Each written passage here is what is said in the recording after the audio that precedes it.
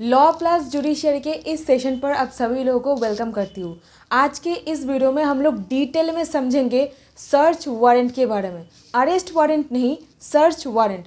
Suppose कोई बच्ची को पकड़ करके ब्रॉथेल में बेचने के लिए ले जा रहा है या फिर कोई इंसान को इलीगली रोक के रखा गया है। सपोज आप मेरे घर पर आए हो और मैं आपको रोक के रखी हूँ, ये इलीगल कन्फाइनमेंट होगा। या फिर ऐसा कोई पब्लिकेशन समझ लीजिए जहाँ पर कोई रिलीजियस सेंटिमेंट, आपका धार्मिक जो आस्था है, विश्वास है, उसको ठेस पहुँचाता है, तब कौन सा प्रोविजंस के तहत सर्च वारंट निकाला जाएगा और वो सारा का सारा पब्लिकेशंस को जब्त किया जाएगा। या फिर कोई चोरी का सामान को इकट्ठा करके रखा गया है, उसको वहाँ से निकलवाना है, तो कौन सा प्रोविजंस को हम लोग इस्तेमाल करके सर्च वारंट कोड में जा करके निकालेंगे।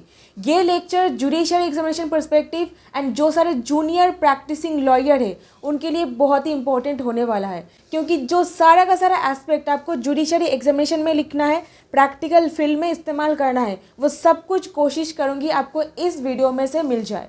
सो let's get started. So hey everyone, मैं हूँ एडवोकेट पापिया और आप देख रहे हो डिकोड द लॉ। अब सर्च वारंट 6 सिचुएशन पर ही निकाला जा सकता है और ये सारे लॉ कॉलेजेस में आपको पढ़ाया नहीं जाता है।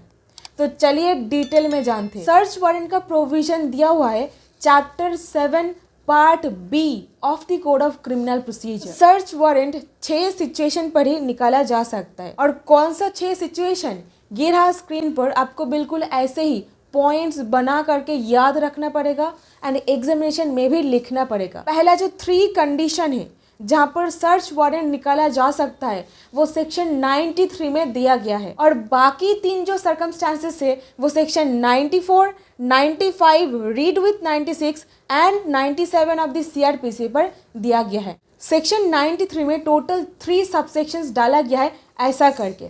अब पहले का ये जो पर्टिकुलर पोर्शन जो आप देख रहे हो, यहाँ पर ही मेंशन किया गया है 3 सिचुएशन। तो 3 सिचुएशन में पहला सिचुएशन जहाँ पर एक search warrant section 91 and 92 CrPC में इशू किया गया था। सपोज जहाँ पर आपको समन किया गया था कोई डॉक्यूमेंट्स वगैरह प्रोडक्शन करने के लिए कोर्ट में, या फिर कोई ऐसा टेलीग्राम या फिर लेटर जो टेलीग्राफ या फिर पोस्टल अथॉरिटी के कस्टडी पर है, सेक्शन 91 एंड 92 सीआरपीसी के तहत वहाँ पर समन प्रॉपरली इशू किया गया था उस पर्टिकुलर डॉक्यूमेंट के लिए, बट कोर्ट में आकर के नहीं पहुँचा है, मतलब काम नहीं हुआ है।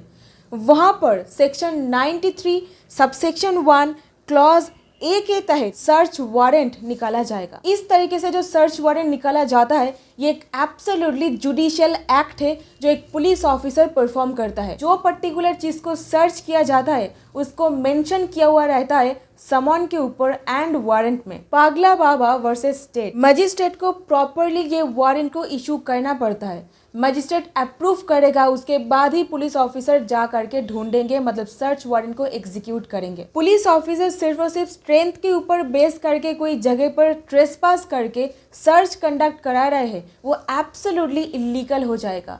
निधि Singh versus state of West Bengal. ध्यान दीजिएगा, यहाँ पर रीजन टू बिलीव मेंशन किया गया है। रीजन टू बिलीव मतलब क्या, आपके पास एक पुख्ता रीजन है जो आपको ये विश्वास दिला रहा है कि वो जगह पर घुसकर अगर ढूंढा जाए तो ये चीज़ ज़रूर मिल जाएगा। तो रीज़न टू बिलीव जो सेक्शन 93 सबसेक्शन 1 पर मेंशन किया गया है वहाँ पर अट्रैक्ट करना चाहिए। जहाँ पर ऐसा रीज़न आप नहीं दे सकते हो वहाँ पर अपना पावर को आर्बिट्ररीली यूज़ कर रहे हो कोई भी प्लेस को सर्च वगैरह करने के लिए, वहाँ पर ये absolutely arbitrary use of the discretionary power होगा। That was stated in the case of Shiv Dayal versus Sohan Lal. और अभी दूसरा सिचुएशन जहाँ पर कोर्ट को ही खुद पता नहीं है कौन से इंसान के पोजीशन पर ये पर्टिकुलर चीज़ है, वहाँ पर सर्च वारंट इशू किया जाएगा सेक्शन 93 सबसेक्शन 1 क्लॉज बी के तहत। अभी सपोज जो सर्च वारंट इशू किया जा रहा है वो खुद ही एक एक्यूज्ड पर्सन है, तब क्या होगा। आर्टिकल 20 क्लॉज 3 ये राइट अगेंस्ट सेल्फ इंक्रिमिनेशन की बात करता है। मतलब ऐसा कोई थिंग जो खुद को सेल्फ इंक्रिमिनेट करे, आपको ही दोषारोप करे, तो ऐसा स्टेटमेंट को प्रोटेक्शन दिया जाता है। तो कंक्लूजन यही निकलता है कोर्ट को पता नहीं है कौन सा इंसान के पोजीशन पर वो चीज़ है। अगर वहाँ पर कोई सर्च वारंट निकाला जाता है तो वो आर्टिकल 20 क्लॉज 3 का वायलेशन नहीं करेगा। तो बेसिकली कोर्ट को ये नहीं पता होता है, जहाँ पर वहाँ पर ही ऐसा सर्च वारंट निकाला जाता है क्लॉज बी सेक्शन 93 सबसेक्शन 1 के तहत। और थर्ड सर्कमस्टांसेस, जहाँ पर कोई इंक्वायरी, ट्रायल और अदर प्रोसीडिंग्स के लिए कोई चीज बहुत ही इंपॉर्टेंट है, वहां पर सेक्शन 93 सबसेक्शन 1 क्लॉज सी के तहत सर्च वारंट निकाला जाएगा। अगर कोई जनरल सर्च वारंट इशू किया जाता है तब ये आर्टिकल 20 क्लॉज 3 का वायलेशन नहीं करेगा, एस कुट्टम वर्सेस राशन केस में कहा गया था। ये सारा का सारा सर्च रिलेटेड जो सिचुएशन है ना, ये जुडिशियल ऑफिसर को अपना माइंड को एक्सटेंड करके देना होता है। जज मतलब वो अपना जुडिशियल माइंड को इस्तेमाल करेंगे। अगर वो जुडिशियल माइंड को इस्तेमाल नहीं करते then definitely that will be a detrimental situation. तो इस तरीके से एक एग्जाम्पल आपको दूंगी। सपोज जहाँ पर एक वाइफ अपने हस्बैंड के पोजीशन से कुछ चीज को रिकवर करने के लिए एक एप्लीकेशन डालते हैं और वो प्रॉपर्टी को ये पहले नहीं क्लेम किए थे एज स्त्रीधन।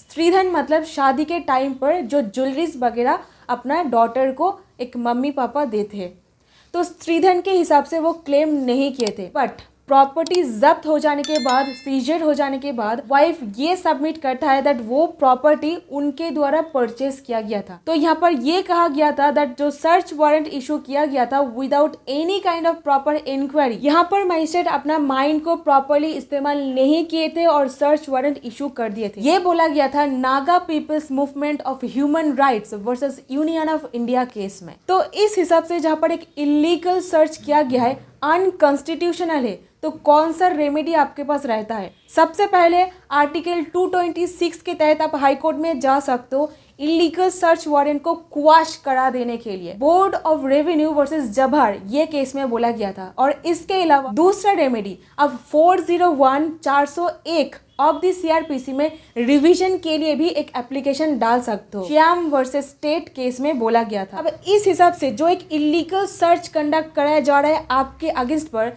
दैट मीन्स वो आपका फंडामेंटल अधिकार को भी वायलेट कर देता है आर्टिकल 20 क्लॉज 3 में। तो इसके लिए आप सेक्शन 482 ऑफ दी सीआरपीसी के तहत जो हाई कोर्ट का एक इनहेरेंट पावर है, मतलब उस पावर को हाई कोर्ट एक्सटेंड करते हुए पूरा का पूरा सर्च वारंट को क्वाश कर देंगे। और इसके लिए नेक्स्ट वीडियो में हम लोग डिस्कस करेंगे quashing of FIR. High court कितना हद तक अपना ये पावर को एक्सटेंड कर सकते, कोई एफआईआर, कोई सर्च वारंट, कोई 498A केस को एकदम क्वाश करने के लिए। और अभी यहाँ पर फोर्थ सिचुएशन ये कहा गया है सेक्शन 94 ऑफ द सीआरपीसी पर, जहाँ पर कोई चोरी का प्रॉपर्टी रखा गया है इकट्ठा करके, या फिर कोई फॉल्स डॉक्यूमेंट को रखा गया है, वहाँ पर 94 के तहत सर्च वारंट केवल डीएम यानी कि district magistrate, sub divisional magistrate and judicial magistrate of first class ये पावर को इस्तेमाल कर सकते हैं। ये पावर एक एक्स्ट्रा ऑर्डिनरी पावर है, ये सारे सर्कमस्टांसेस में कोर्ट इस्तेमाल कर सकते हैं। और अगर कोई मजिस्ट्रेट ये पावर को इस्तेमाल कर रहा है बट उनका रीज़न वो प्रॉपरली रिकॉर्ड नहीं कर पा रहा है, वहाँ पर वो एब्सोल्युटली इलीगल हो जाएगा। ये बोला गया था रेवाप्पा वर्सेस एस.एन. रघुनाथन केस में। इस हिसाब से हर एक पावर को एक्सटेंड करने के लिए ड्यू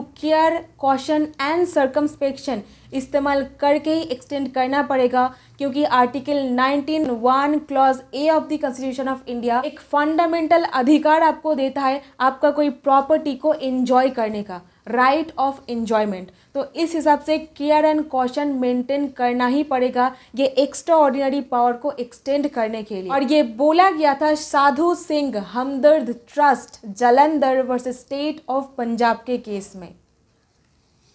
इसी तरीके से आपको सीआरपीसी का provision and constitution of India के आर्टिकल्स जो सारा का सारा एक साथ पंच हो सकता है, मिला करके कनेक्ट करके पढ़ना पड़ता है। एकदम आइसोलेशन पर कोई भी सेक्शन नहीं पढ़िएगा, it's an request. Law colleges में आपको ऐसा करके बिल्कुल भी नहीं पढ़ाया जाता है, सिर्फ एक सेक्शन पकड़ेंगे और उसको पढ़ा देंगे, ऐसा प्लीज मत कीजिएगा, because at the end of the day it will have zero value. So हर एक सेक्शंस को कनेक्ट करके पढ़िएगा जो चीज़ कनेक्ट हो सकता है। अभी ज़बरदस्ती आप कोई कनेक्शन नहीं बना सकते हो, तो ये भी चीज़ आपको ध्यान में रखना है। तो इसलिए जहाँ पर कनेक्शन बन सकता है ज़रूर उसको कनेक्ट करके पढ़िएगा।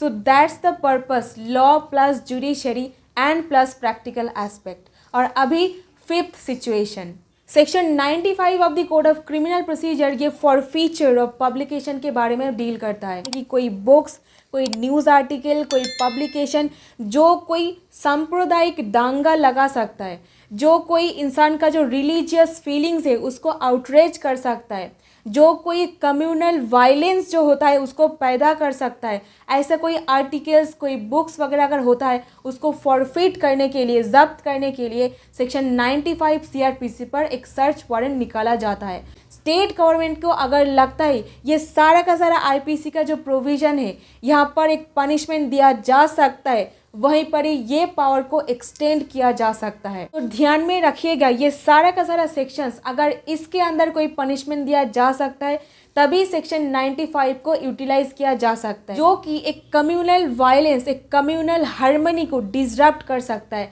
पब्लिक ट्रैंक्विलिटी को बिगाड़ सकता है। तो ये सारा का सारा टेस्ट जहाँ पर एप्लीकेबल हो रहा है वहीं पर ये सेक्शन 95 को इस्तेमाल किया जाएगा। और सेक्शन 95 का इस्तेमाल मतलब ये नहीं आप एक हाइपर सेंसिटिव हो, कोई भी चीज़ आपको बुरा लग जाता है, या फिर आप एक ऐसा इंसान हो हर एक चीज़ में आपको मतलब लगता है मेरा धार्मिक भावना को ठेस पहुंचाया जा रहा है, तो हाइपर सेंसिटिव इंसान के लिए ये सेक्शन नहीं है। तो इसलिए सुप्रीम कोर्ट ये केस में पूरा साफ साफ बोल दिए थे जहां पर एक इंसान का कॉमन सेंस है, एक ऑर्डिनरी प्रूडेंस पर्सन है, जिनका reasonable mind, rational judgement form करने का पावर है, वही सिचुएशन में ये सेक्शन का इस्तेमाल किया जा सकता है। आप कोई भी चीज़ को एकदम आउट ऑफ द कंटेक्स्ट लेके चले जा रहे हो, ऐसा सिचुएशन पर नहीं हो सकता है। और ये सेक्शन एक प्रिवेंटिव नेचर के है, सो prevention is always better than care, right. तो क्या हम ये बोल सकते हैं जहाँ पर आर्टिकल 95 के तहत कोई बुक्स वगैरह को फॉरफिट किया जा रहा है, जो इंसान वो बुक्स या फिर आर्टिकल्स वगैरह लिख के है उनके कंसेंट नहीं लेकर के उसको फॉरफिट किया जा रहा है,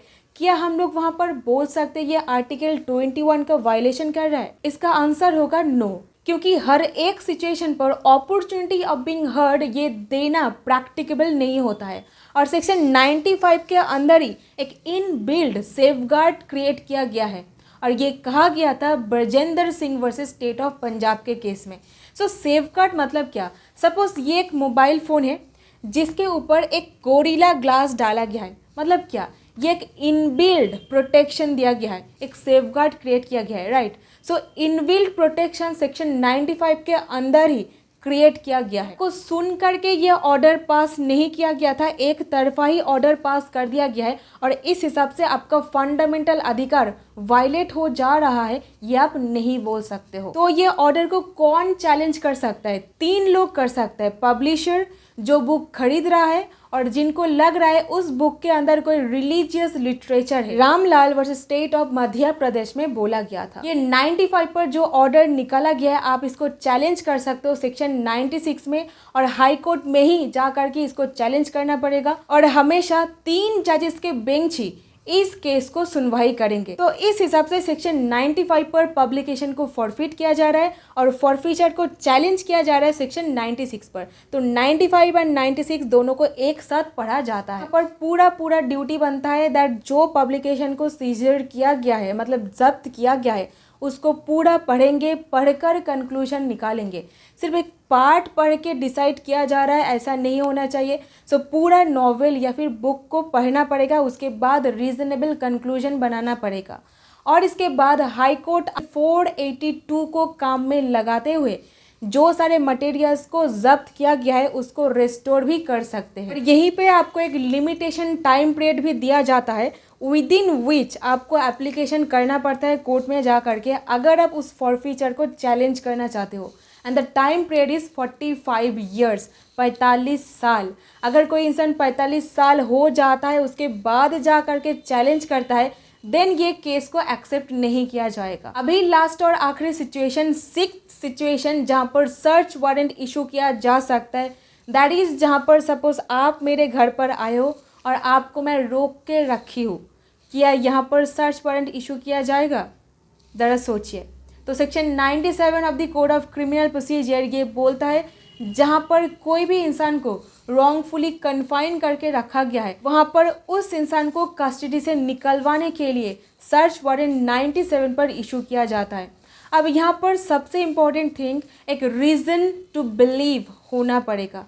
सो ध्यान दीजिएगा, जो सारा का सारा लॉ स्टूडेंट्स हमेशा बैरक में एक टर्म मेंशन किया हुआ रहता है, रीजन टू बिलीव। ये सब चीजों का मतलब क्या है? तो रीजन टू बिलीव मतलब ऐसा कोई पुख्ता एविडेंस आपको देना पड़ेगा या फिर कोर्ट को ये विश्वास दिलाना पड़ेगा दैट वहां पर ऐसा सच में हुआ है। मतलब कोर्ट को आप रीजन देते हो ये सोचने के लिए, या फिर ऐसा कोई टर्म इफ कोर्ट सेटिस्फाइड, यानी कि कोर्ट को सेटिस्फाई करना पड़ेगा, एविडेंस एड्यूस करके आप मजबूर कर रहे हो उनको ये चीज या फिर कोई स्टेप उठाने के लिए। ध्यान में रखिएगा, हर एक जूनियर लॉयर्स ये सारे पॉइंटर्स के ऊपर ही एक केस का बुनियाद खड़ा होता है। सो रीजन टू बिलीव, आपके पास पुख्ता रीजन होना चाहिए या फिर कोर्ट को सेटिस्फाई करने का एविडेंस होना पड़ेगा। इस हिसाब से जहां पर किसी को रॉन्गफुली कन्फाइन करके रखा गया है, वहां पर रॉन्गफुल कन्फाइनमेंट का जो डेफिनेशन आईपीसी सेक्शन 340 पर दिया गया है, उसका जो इंग्रेडिएंट्स है, ये सारे इंग्रेडिएंट्स यहाँ पर आना पड़ेगा केस को, तभी रॉन्गफुल कन्फाइनमेंट के लिए उस इंसान को वहां पर निकालने के लिए सेक्शन 97 पर ये ऑर्डर पास किया जा सकता है। Harihar versus state of UP के केस में ये बोला गया था। मजिस्ट्रेट साहब के लिए भी ये बहुत ही एसेंशियल हो जाता है दैट उनका प्रॉपर जुडिशियल माइंड को वो केस के ऊपर अप्लाई कर रहा है, क्योंकि सपोज जहाँ पर रॉन्गफुल कन्फाइनमेंट ये एक ऑफेंस ही नहीं है। सपोज आपके मम्मी नहीं चाहता है कि आप बाहर जाओ, आपको बोल रहे हैं कि आप घर में ही रहो, तो क्या ये रॉन्गफुल कन्फाइनमेंट होगा? नहीं होगा। आपका मम्मी चाहते हैं कि आपका तबीयत खराब है, आप बाहर मत जाओ, ठीक है ना, ऑफेंस नहीं होगा।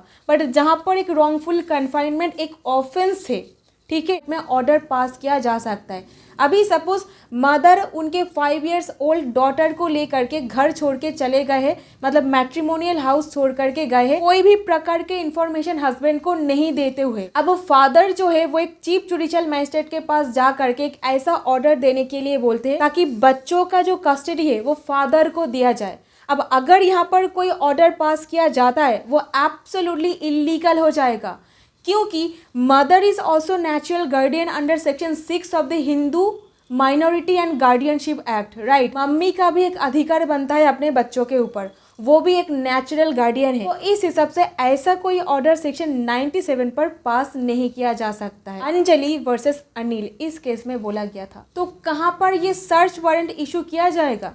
तो इस हिसाब से जहां पर police officer contravention of the provision 97 section 97 को मानते नहीं हुए, पुलिस ऑफिसर उनको अपने कस्टडी पर ले लेते, तो ऑलरेडी वो ऑर्डर इलीगल हो जाता है, क्योंकि वो कॉन्ट्रावेंशन में किया गया है। वहां पर रीट ऑफ हेबिस कॉर्पस आप हाई कोर्ट में जा करके लगा सकते हो, वो इंसान को पुलिस के इलीगल कस्टडी से बाहर निकलवाने के लिए। क्या सेकेंड एप्लीकेशन इस सेक्शन के अंदर पॉसिबल है? एक बहुत ही रिसेंट केस देखिए, 7 फरवरी 2023 में एक ऑर्डर पास किया गया है in the case of Amrita Ray versus state of Odisha and others. यहाँ पर बोला गया था अगर कोई new situation, new facts and circumstances उठ करके आता है तो सेकेंड एप्लीकेशन भी पॉसिबल है।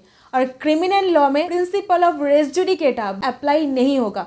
रेस जुडिकेटा एक ऐसा टॉपिक है, उसके भी ऊपर एक डिटेल में वीडियो आएगा। तो उड़ीसा हाईकोर्ट ये 2 केसेस के ऊपर रिलायंस प्लेस करते हुए बोले थे रेस जुडिकेटा यहाँ पर एप्लीकेशन नहीं होगा, जहाँ पर कोई इंसान का लाइफ के ऊपर बात आ रहा है, सेफ्टी के ऊपर बात आ रहा है, ठीक है। तो सेकेंड एप्लीकेशन बिल्कुल एंटरटेन किया जाएगा, रेस जुडिकेटा अप्लाई नहीं होगा, ठीक है। और यहीं पे वीडियो के एकदम एंड में सपोज कोई बच्ची को पकड़ करके उसको ब्रॉथल में डाला जा रहा है, उनसे कोई इमोरल प्रोस्टिट्यूशन वगैरह कराया जाए, तो वहाँ पर कोई सर्च वारंट इशू किया जा सकता है।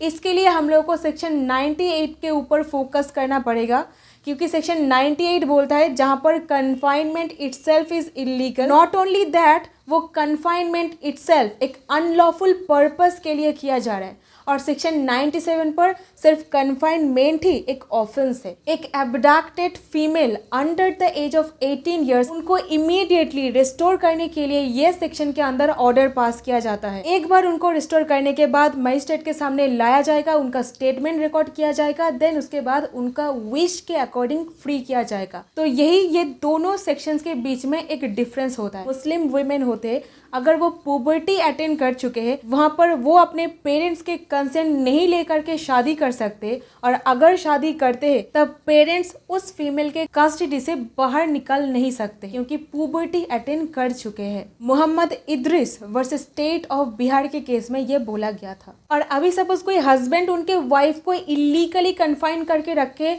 उनका कंसेंट सम्मति नहीं लेकर के, तब क्या होगा? तब सेक्शन 98 ऑफ द सीआरपीसी में एक सर्च वारंट इशू किया जा सकता है उनको बाहर निकलवाने के लिए। ये केस में सुप्रीम कोर्ट ऑब्जर्व किए थे। सो आई होप आपको समझ में आया है। अगर कोई वैल्यू मिला है प्लीज़ कमेंट करके बताइए, और भी ऐसे वीडियोस के लिए चैनल को ज़रूर सब्सक्राइब कीजिएगा क्योंकि आपके लिए तो बिल्कुल फ्री है, बट हमारे लिए एक मोटिवेशन की तरह काम करता है, मानोगे नहीं। सो दैट्स इट, मिलती हूँ आपके साथ नेक्स्ट वीडियो पर। Till then stay happy, stay blessed, keep learning new things and thank you so much for watching this video.